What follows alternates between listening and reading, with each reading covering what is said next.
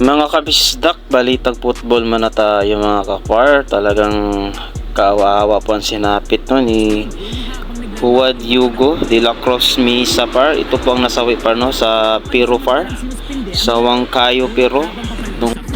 Malakas kasi ang bagyo sa kanila par no, habang naglalaro sila, kaya po sinispindi par, at habang palabas na sila par sa playground, talagang tinamaan po si Juan Hugo de la Cruz par, dahilan po ng kanyang pagkamatay. Pati ang kanyang goalkeeper, talagang critical ang kalagayan ngayon par no, dahil sa natamong burnout, ano bang tawag dyan, yung talagang nalap na sa ata no, dahil sa sobrang init po ng kuryenteng tumama din sa kanya. Pero patay po talaga si Jose Hugo par de la Cruz Misa. Ito par, pakinggan nato no, tanahon nato ang naitawag par no, talagang nakakaawa po no. Ayan par.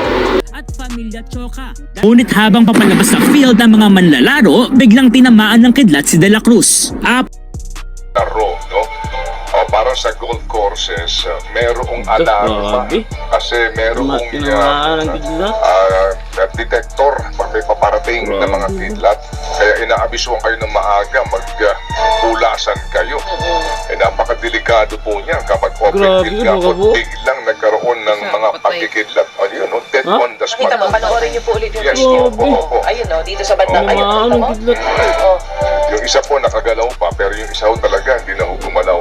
Alas 7:03 na po ang ating tamang oras ngayon. Nanay Christopher Min, good morning. Laro, no? Para sa golf courses, merong alarma kasi merong